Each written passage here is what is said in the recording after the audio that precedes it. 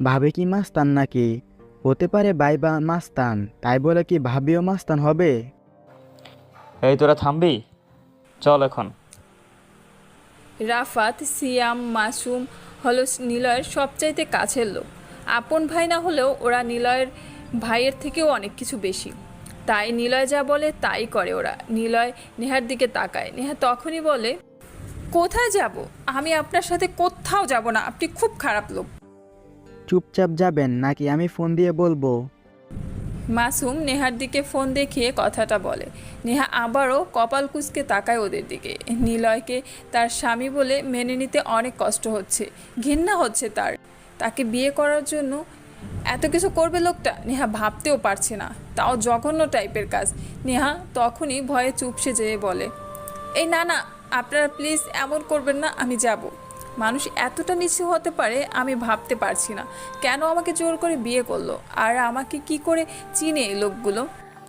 হ্যাঁ, চুপচাপ গাড়িতে বসো, নাকি আমার কোলে তুলে নেব? নিলয়ের শয়তানি একটা হাসি দেয়। রাফাত, মাসুম, সিয়াম নেহাকে নিয়ে বের হয়। নিলয়ও পিছন পিছনে হাঁটতে থাকে। তখনই পকেটে থাকা ফোনটি বেজে ওঠে। নিলয় ফোনের স্ক্রিনে তাকিয়ে দেখে আশরাফ সাহেবের নাম্বার। তাড়াতাড়ি রিসিভ করে নিলয়। ওপাশ থেকে বলে, ঠিক আছে তো সব? জি ঠিক আছে। ওকে, দেখা হবে। আশরাফ সাহেবের ফোন কেটে দেয়। নিলয় মুচকি হাসে। নিলয়ের হাসিটা একটু প্রশস্ত হয়। সবাই নিলয়ের মুচকি হাসির দিকে তাকিয়ে আছে, কিন্তু হাসির কারণ কেউ জানে না। নেহাকে সামনের সিটে বসায় ওরা। নিলয় নিজেই ড্রাইভিং সিটে বসে গাড়ি ড্রাইভ করার জন্য প্রস্তুত হয়। বাকিরা সবাই পিছনের সিটে বসে নিজেদের কথা ভাবছে। সিট বেল্টটা বেঁধে নাও। নেহা চোখ তুলে পাশে বসা নিলয়ের দিকে তাকায়। নিলয় নেহার দিকে তাকিয়ে সিট বেল্ট বাঁধার কথা বলে। নেহা রাগে নিলয়ের দিকে থেকে চোখ সরিয়ে নেয়। অসহ্য লাগতে থাকে নেহার। একদমই সে নিলয়ের কোনো কথা শুনতে চাচ্ছে না। তবে নিলয়ও ছাড়ার পাত্র না। সে ধমক দিয়ে বলে, কি ব্যাপার, সিট বেল্ট বাঁধতে বললাম না? আচ্ছা যাও, বাঁধতে হবে না, আমি নিজেই বেঁধে দিচ্ছি। কথাটা বলে নিলয় এসে নেহার সিট বেল্ট বেঁধে দেয়। নেহা চোখ বড় বড় করে তাকিয়ে আছে অনেকটা সময়। তারপর নিলয় গাড়ি চালাতে শুরু করে। নেহা গাড়ির জানালা দিয়ে বাইরে তাকিয়ে থাকে। কত আশা ছিল তার জীবনকে নিয়ে, জীবনের ভাবনা নিয়ে, কিন্তু সবটাই কেমন যেন এলোমেলো হয়ে গিয়েছে।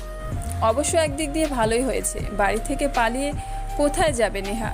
সেই সৎমা নিজেই খুঁজে বের করে জোর করে বিয়ে দিয়ে দিত। এর থেকে একটা আশ্রয়স্থান পেয়েছে, এটাই অনেক। নেহা বাইরে তাকিয়ে এসবই ভাবছে।